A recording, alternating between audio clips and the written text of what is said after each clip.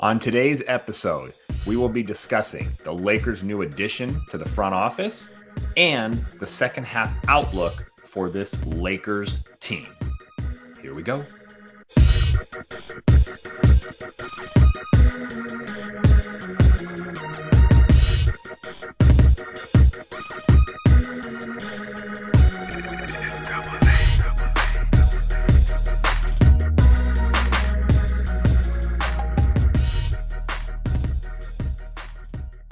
Hey, what's up, everybody? Welcome back to the Matter Stats podcast. It's Anthony with you, as always.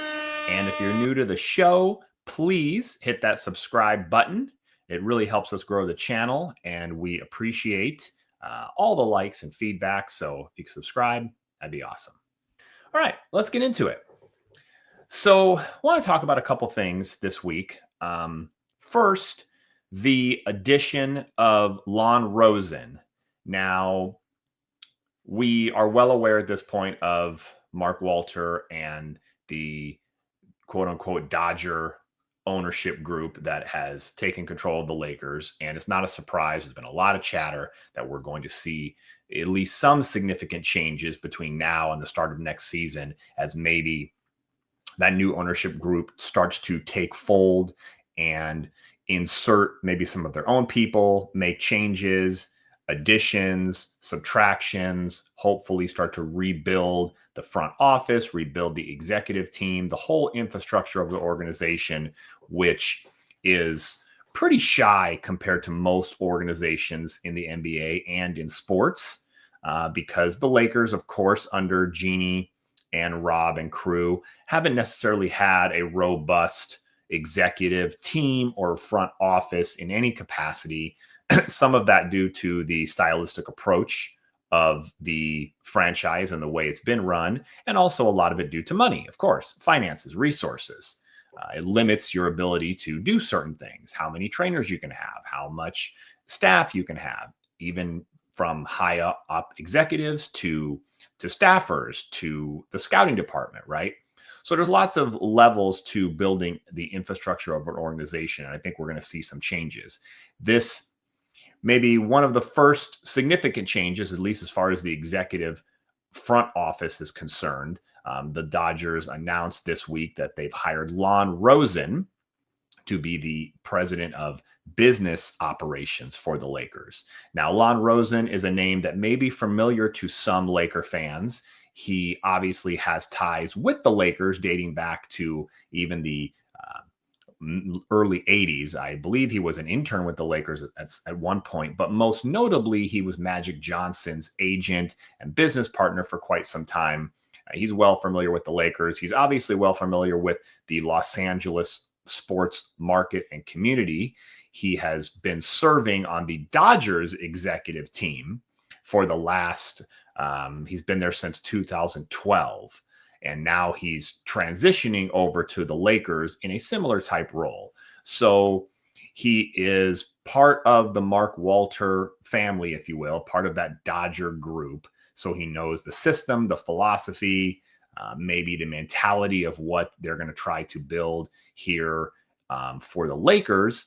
And he's comfortable, of course, with the Los Angeles community, the Los Angeles sports fan base, which is always very important for Laker fans and Dodger fans, somebody that gets the fans here and the mentality of what this fan base looks for. And of course, he's experienced in the type of role that he's going to do. He's been doing it for quite some time. He's been doing it well for the Dodgers. And I think sliding him over here into a similar role, understanding the process and maybe what they want to do, is going to be good for the organization. And hopefully this is just one small step of many steps to building a very robust, smart, deep, organized, methodical front office from all aspects, from business to marketing to, of course, the basketball side of things, right? I've talked at length on this show how the Lakers are really the only team in the NBA that sort of runs it with a one-man show. Rob Pelinka pretty much is the only guy making those type of decisions. I know obviously you have Jeanie and Kurt and Linda to some extent of that quote unquote group of Dodger front office execs that make the basketball decisions. But every other team has a very deep, smart front office. They have an extensive front office. They've got a GM. They've got a president of basketball operations. They've got an assistant GM. They've got an assistant to the assistant. They've got, depths and branches on the tree of smart people and layers to a front office that makes collective decisions. Everybody does their part, from a deep scouting team to a deep analytical team to coaches to trainers, all the way up. So the Lakers haven't had the depths of that in their front office, obviously, for quite some time. And part of that has been just the idea of the way the franchise has been run. And the other part of it, like I mentioned, has been the resources. Now we have the resources and we have the brain trust to hopefully start to build in that infrastructure and really make a difference and have the Lakers finally be one of those organizations that actually has a deep, smart, loaded front office like the Dodgers, with a bunch of smart guys that are all doing their part and collaborating to make decisions, from a business standpoint, but, also from the fans' point, our biggest concern, right? From the basketball standpoint, from what the team is able to do on the floor and the players are able to put on the court around the guys that we assume are going to be here for a while, in Luka and probably Austin Reeves. So I think it's a smart move. It's a sound move, because the Dodgers are bringing in a guy that they know and trust, understands the system, and of course he understands the Lakers and is very comfortable with the Los Angeles fan base. So I think that's going to be a nice step in the right direction, and I'm looking forward to seeing what other moves and strategies are going to be put in place between now and, of course, the summer, which is going to be very important for this Laker team as they start to make some real changes on and off the court. So like the move, and we'll see what happens next.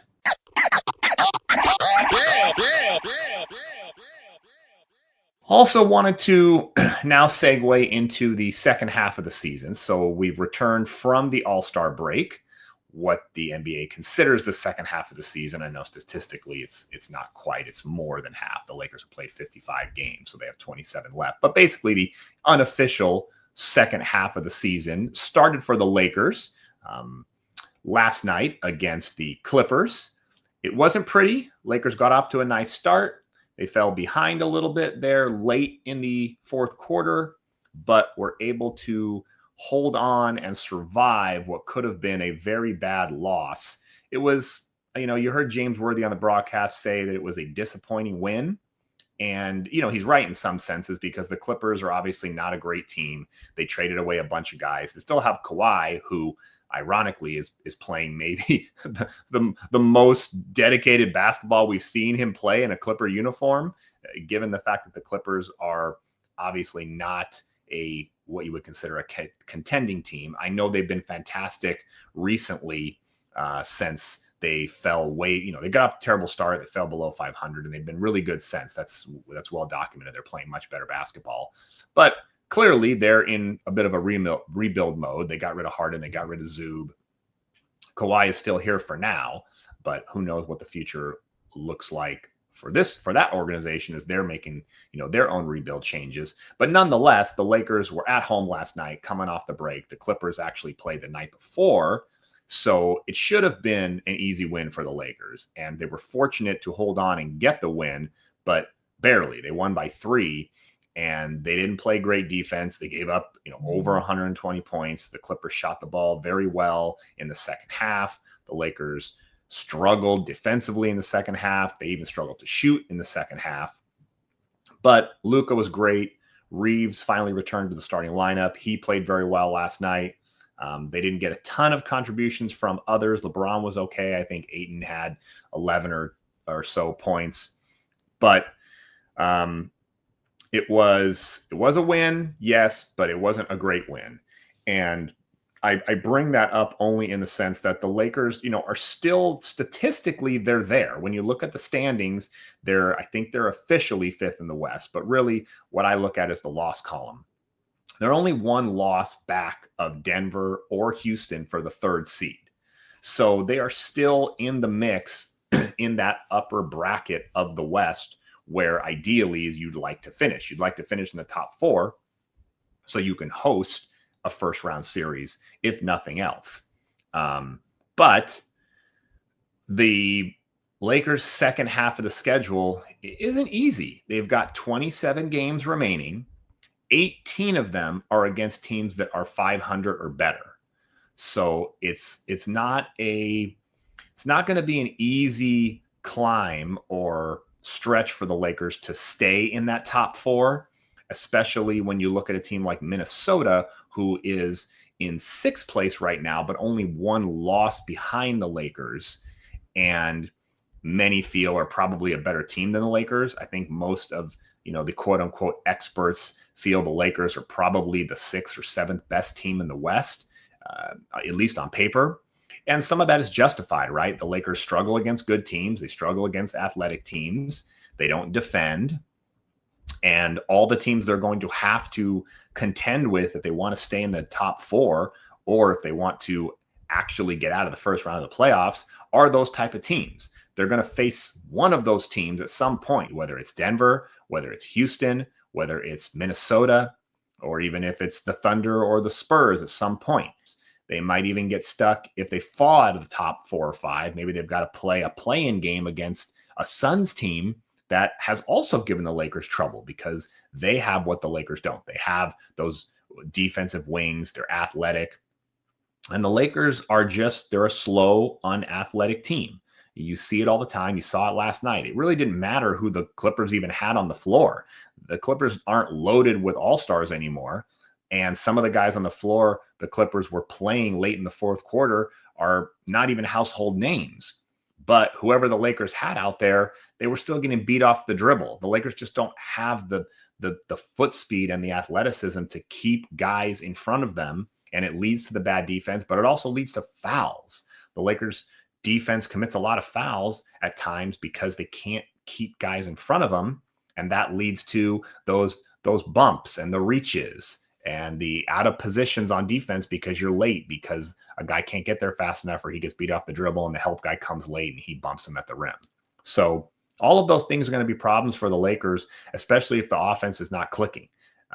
In the Clippers game last night, the offense was great in the first half, struggled in the second half. So shooting is going to be key for the Lakers. A guy like Luke Kennard is going to be significant because he's going to have to be on the floor for his ability to stretch the floor and make the outside shot, but he's going to be a liability on defense. So if the Lakers aren't able to move the ball and hit those open shots with guys like Kennard and Rui and Reeves and Smart, then the defense is going to really be at a disadvantage because most of those guys like Kennard and Rui in particular are not out there for their defense. They're out there for their offense. And if they're not making shots, then the Lakers are really going to be at a disadvantage. But it's not going to be an easy second half of the season for the Lakers. We kind of knew that already. They had some good stretches here. They've got a home stretch they're still in right now, but 18 of the 27 games remaining are against above 500 teams. And the Lakers are really going to have to play some good basketball because they struggle against those teams. I know the clutch stat. I know they're good in clutch games. I know they're undefeated when they lead after 3 quarters. But still, you're talking about a second half stretch of a lot of tough games for the Lakers that they're going to have to win if they want to stay in the top 4 in the conference.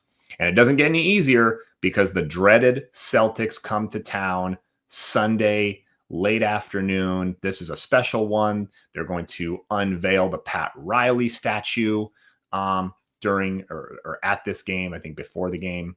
But anytime the Celtics come to town, it don't matter. We know what kind of game it's going to be. And obviously the Celtics are playing very good basketball. They're one of the top teams in the Eastern Conference, even without Jason Tatum. Jaylen Brown is a stud. They've got some other pieces that they've added at the trade deadline, and they're a good club, and they're playing good basketball. So this is going to be another one of those tests for the Lakers is can they beat one of these type of teams? The high level, good defense, they can score, they got athleticism, they got some size, all the things the Lakers struggle with. Can they beat one of these teams? And this one would be a good one to beat because it's the Celtics and it's going to be a marquee matchup and it's the Ryle statue. So we'll see. We'll see how they look against the Celtics. We'll see how some of the rest of these games go upcoming. I think they've got the Magic later next week, another good team. They've got the Warriors who, again, always give the Lakers trouble because of their athleticism, defense, and three-point shooting.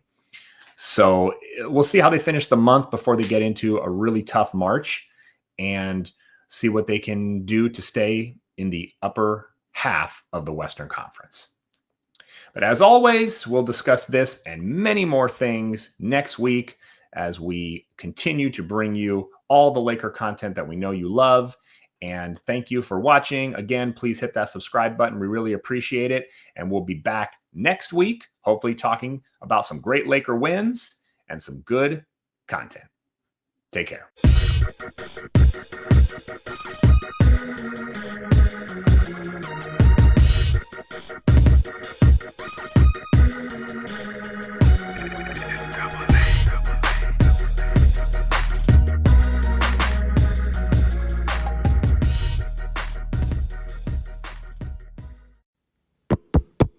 Matter of Stats Podcast.